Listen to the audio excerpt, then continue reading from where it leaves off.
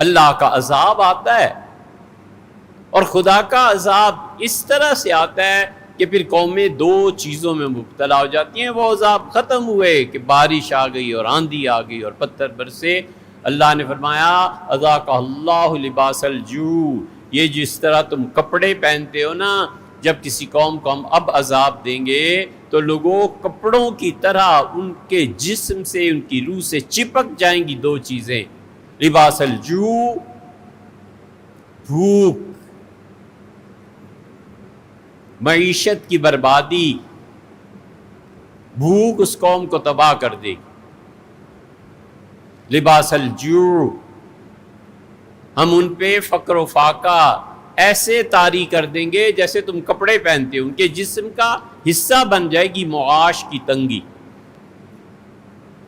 یہ معاش کی تنگی اب سے نہیں، آپ ہم سے بہتر جانتے ہیں اس لیے کہ ہمارا ٹاپک نہیں، لیکن جب سے ہوش سنبھالا ہے اب تک جا کر ہر جگہ قرضہ قرضہ، بھیک مانگنی۔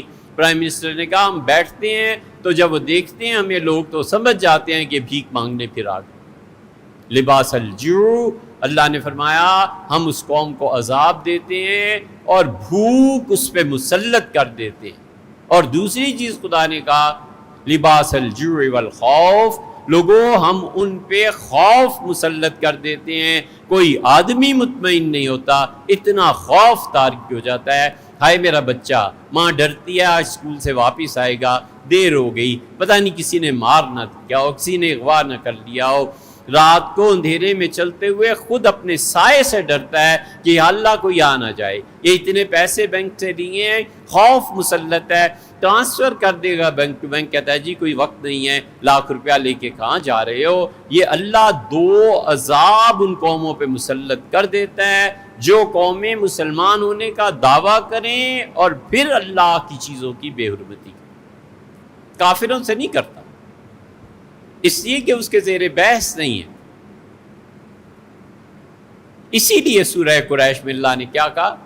اللہ نے کہا ہے مکہ والو ایمان لاؤ، تم دیکھتے نہیں ہو رحلت الشتاء والصیف، سردیوں اور گرمیوں میں تمہارے دو قافلے جا کر انٹرنیشنل لیول پہ تجارت کرتے ہیں، عربوں کا سارا مال عمان میں آتا تھا، عربوں کا سارا مال مدینہ منورہ میں جگہ جگہ سٹال لگتے تھے، سارا سال وہ قافلہ گھومتا رہتا تھا اور وہ مال ہندوستان آتا تھا، یہاں سے چائنا اور پھر سلک روٹ کے ذریعے وہ یورپ پہنچتا تھا۔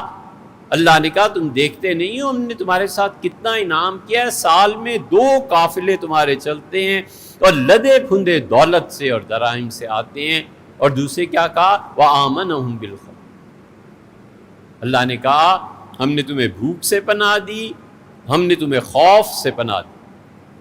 یہ خوف اللہ کی عبادت جوگے نہیں چھوڑتا، یہ خوف انسان کو دنیا میں رسوا کر دیتا ہے۔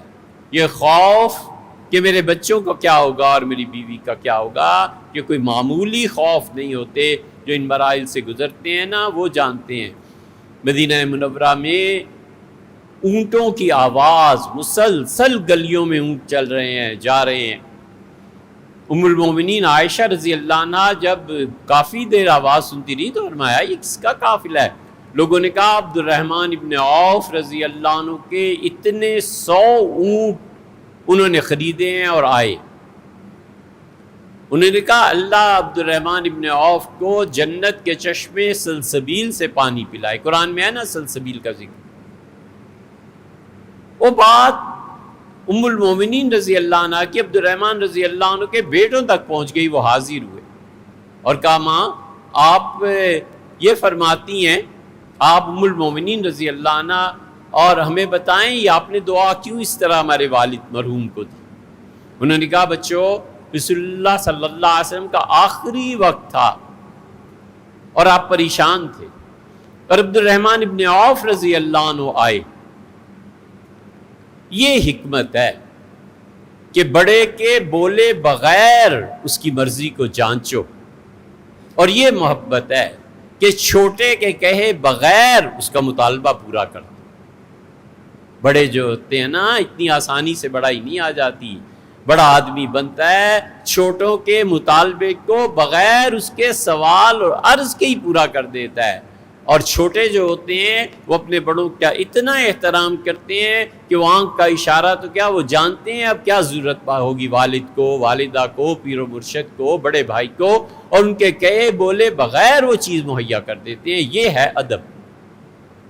ام المومنین رضی اللہ عنہ نے فرمایا کہ بچوں، حضور صلی اللہ علیہ وسلم کے چہرہ مبارک پہ پریشانی کے آثار تھے، اور عبد الرحمن ابن عوف تمہارے والد آئے اور انہیں چہرہ مبارک کو دیکھا اور کہا اللہ کے رسول میرا خیال ہے آپ اپنی بیویوں کے بارے میں پریشان ہیں.